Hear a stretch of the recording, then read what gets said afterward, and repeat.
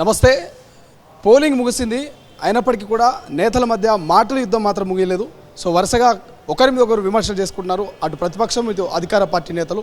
So Karimnagar Congress party MP అభ్యర్థినటువంటి వెలిశాల రాజేంద్రరావు గారు ప్రస్తుతం మనతో పాటున్నారు. సో రాజేంద్రరావు గారు, పోలింగ్ ఎలా ముగిసింది? ప్రజల నుంచి ఎటువంటి రెస్పాన్స్ వచ్చింది? ఏమనిపిస్తుంది? బ్రహ్మాండమైన రెస్పాన్స్ వచ్చింది. పోలింగ్ ప్రశాంతంగా ముగిసింది.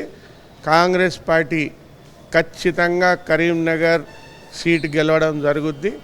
మాకు ఎక్కడికి వెళ్తే అక్కడ ప్రజలు బ్రహ్మరథం పట్టినారు. కాంగ్రెస్ పార్టీ గ్యారంటీలు చాలా మంచిగా అందుతున్నాయి.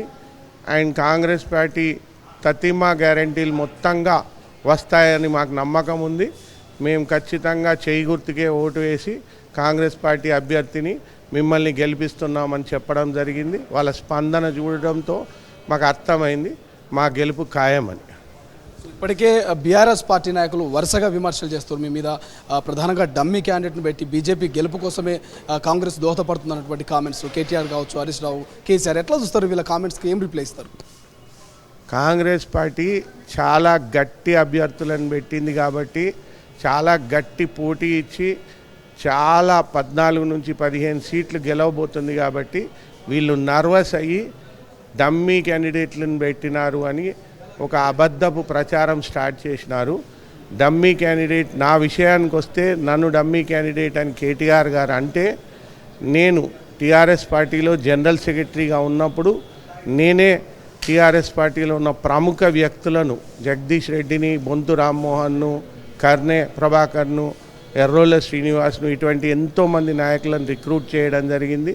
టీఆర్ఎస్ పార్టీలో ఎంతోమంది జైలుకు, ఉద్యమంలో జైలుకి వెళ్తే వాళ్లకు బెయిల్కు పైసలు కట్టి తీసుకురావడం జరిగింది.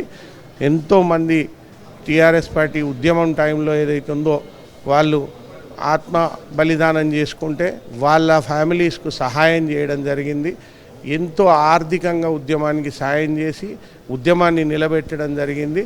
నన్ను హెలికాప్టర్లో కేసీఆర్ గారు పట్టుకెళ్ళి 2 బీఫామ్లు నా చేతిలో పెట్టి పార్లమెంట్కి వెయ్యి, చొప్పదండి నియోజకవర్గంకి వెయ్యి అని చెప్పడం జరిగింది.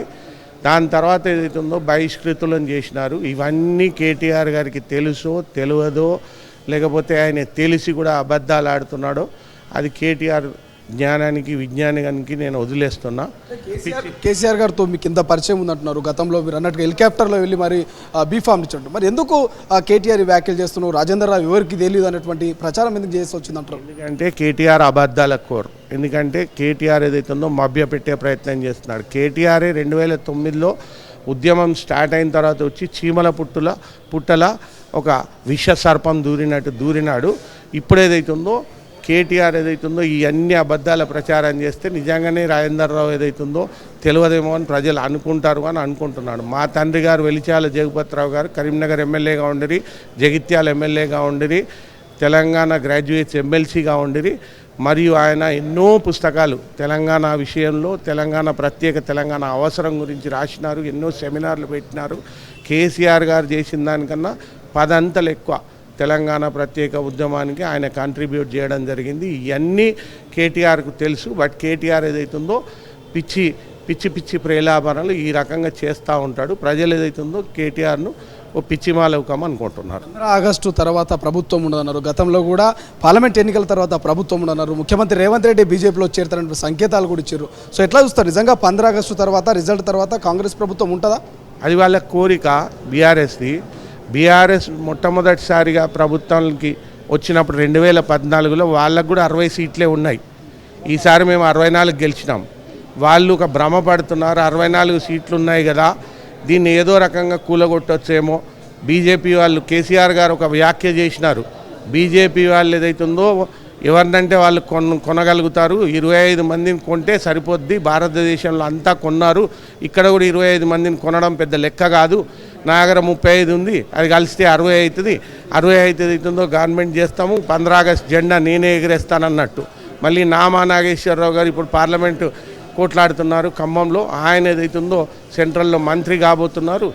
ఆయన మంత్రి ఎలాగైతారంటే అలయన్స్లో అవుతారు అని చెప్పినారు. ఎట్లా అంటే బీజేపీ ప్రభుత్వం వస్తే దాంట్లో అలయన్స్లో అవుతారు అని. అంటే ఆయన కోరిక ఏదైతుందో బీజేపీతో అలయన్స్ కావాలని లోపల అది ఉంది కాబట్టి ఏదైతుందో ఆయన బయటపడ్డాడు. మేమేదైతుందో బీజేపీతోని భారతదేశం మొత్తంలో కొట్లాడేది ఒకటే పార్టీ, కాంగ్రెస్ పార్టీ. మాకు బీజేపీకి కలయిక అన్నది జరగదు. మేము పశ్చిమము, వాళ్ళు తూర్పు, మేము ఉత్తరము, వాళ్ళు దక్షిణం. కాబట్టి ఇది జరిగే పని కాదు. కానీ వాళ్ళ తలకాయలో ఏమున్నదో ఆ ఆలోచనను బార్ బయట పెడతా ఉంటారు వాళ్ళు. ఇదే వాళ్ళు చేసే పని. వాళ్ళకి ఆ కోరిక ఉంది ఇట్లా జరిగితే బాగుండని. కానీ వాళ్ళు 2014 వచ్చినప్పుడు కూడా వాళ్ళు 60 సీట్లతోనే వచ్చినారు. వాళ్ళు 5 ఏళ్ళు టర్మ్ చేసినారు. మేము 64తో వస్తే 5 ఏళ్ళ టర్మ్ చేయరు అని వాళ్ళు అనుకుంటున్నారు. ఖచ్చితంగా ప్రజలు మాతో ఉన్నారు. ఫస్ట్ ఆఫ్ ఆల్ గ్యారంటీస్ ఇస్తున్నాము, ప్రజలు మాతో ఉన్నారు. ఖచ్చితంగా ఫుల్ టర్మ్ ఉంటాము. అండ్ ఫుల్ టర్మ్లో ఏదైతుందో చెప్పిన గ్యారంటీలు అన్నీ చేస్తాము. నెక్స్ట్ టర్మ్ కూడా మేమే, కాంగ్రెస్ ప్రభుత్వమే వస్తుంది. గ్యారంటీ ఇస్తున్నాం అంటారు, వాళ్ళేమో ఆ గ్యారంటీలనే అమలు చేయలేకపోయారు. 10 సీట్లు వస్తాయి, 12 సీట్లు వస్తాయి అంటూ అటు బీజేపీ మెజారిటీ ఆఫ్ సీట్లు అంటుంది, బీఆర్ఎస్ మెజారిటీ అంటుంది, కాంగ్రెస్ మెజారిటీ ఉంది. వాస్తవానికి ఎవరికి మెజారిటీ వచ్చే అవకాశం ఉంది? నేను కేసీఆర్కు, కేటీఆర్కు ఛాలెంజ్ చేస్తున్నాను. నేను కరీంనగర్ నియోజకవర్గంలో కంటెస్ట్ చేసినాను. ఈరోజు కరీంనగర్ పార్లమెంట్ నియోజకవర్గంలో బీఆర్ఎస్ పార్టీ 3వ స్థానం నుంచి 2వ స్థానానికి ఎగబాకమనండి. 2వ స్థానానికి పాకితే ఏదైతుందో నేను పాలాభిషేకం చేస్తా వాళ్ళకు. 3వ స్థానంలో ఉంటే పార్టీని రద్దు చేయండి. కేటీఆర్ ఎమ్మెల్యేగా రిజైన్ చేయాలి, కేసీఆర్ ఎమ్మెల్యేగా రిజైన్ చేయాలి. ఈ ఛాలెంజ్ స్వీకరించమనండి. బీజేపీ నాయకులు కూడా అంటారు కదా, బీఆర్ఎస్ కాంగ్రెస్లో విలీనం అవుతుంది అంటారు. ఒకవేళ నిజంగా విలీనానికి వాళ్ళు వస్తే మీరు యాక్సెప్ట్ చేస్తారా? బీజేపీ పార్టీ బీఆర్ఎస్ పార్టీని ఓడించిందే కాంగ్రెస్. బీఆర్ఎస్ పార్టీ కేసీఆర్, కేటీఆర్ తలకాయ వలగొట్టి, బండగేష్ కొట్టి తలకాయ వలగొట్టి మెదడు చితికేటట్టు చేసిందే కాంగ్రెస్ పార్టీ. టీఆర్ఎస్ కాంగ్రెస్ పార్టీలో జాయిన్ అవుడైంది, కాంగ్రెస్ బీఆర్ఎస్ పార్టీని జాయిన్ చేసుకునేది పిచ్చి పిచ్చి మాటలు తప్ప. అదంతా ఏదైతుందో బీజేపీ ప్రేలాపనలు. అవి ప్రజలందరికీ తెలుసు. బీజేపీ ఎటువంటి వేషాలు వేస్తుందో ఆ వేషాలను ప్రజలు నమ్మరు. రాజేంద్రరావు గారు, ఫైనల్గా మీ సీట్తో పాటు ఎన్ని సీట్లు గెలిచే అవకాశం ఉంది? మేము ఖచ్చితంగా 15 సీట్లు గెలుస్తాము. మా కరీంనగర్ అయితే నేను కంటెస్ట్ చేసిన కాబట్టి నాకు తెలుసు కాబట్టి మేము ఖచ్చితంగా పెద్ద మెజారిటీతో గెలవబోతున్నాం. Thank you so much. ఇది మొత్తం మీద కరీంనగర్ రాజకీయాలు అయితే రోజు రోజుకు పోలింగ్ ముగిసినా కూడా కొంత ముదురుతా ఉంది, మాటల యుద్ధం కనిపిస్తుంది. అటు కేటీఆర్ కావచ్చు, హరీష్ రావు కావచ్చు, కేసీఆర్ కావచ్చు, ఒకరి మీద ఒకరు విమర్శలు చేస్తున్నారు. సో ఎట్టి పరిస్థితుల్లో ఖచ్చితంగా అధికారంలోకి వస్తాము, భారీ మెజార్టీతో మేమంటూ కూడా విరశాల రాజేంద్రరావు గారు చెప్తున్నటువంటి పరిస్థితి. కరీంనగర్లో నేను ఖచ్చితంగా గెలుస్తాను, నాతో పాటు 15 సీట్లు తెలంగాణలో మేము సాధించబోతున్నటువంటి కామెంట్ చేస్తూ ఉన్నారు. చూద్దాం ఏం జరగబోతుంది, ఎన్ని సీట్లు కాంగ్రెస్ పార్టీకి రాబోతున్నాయి అనేది. కెమెరా పర్సన్ సతీష్తో శ్రీశైలం, తొలి వెలుగు, హైదరాబాద్. అసలైన తొలి వెలుగు. ఫాలో వాట్సాప్ @తొలి వెలుగు official.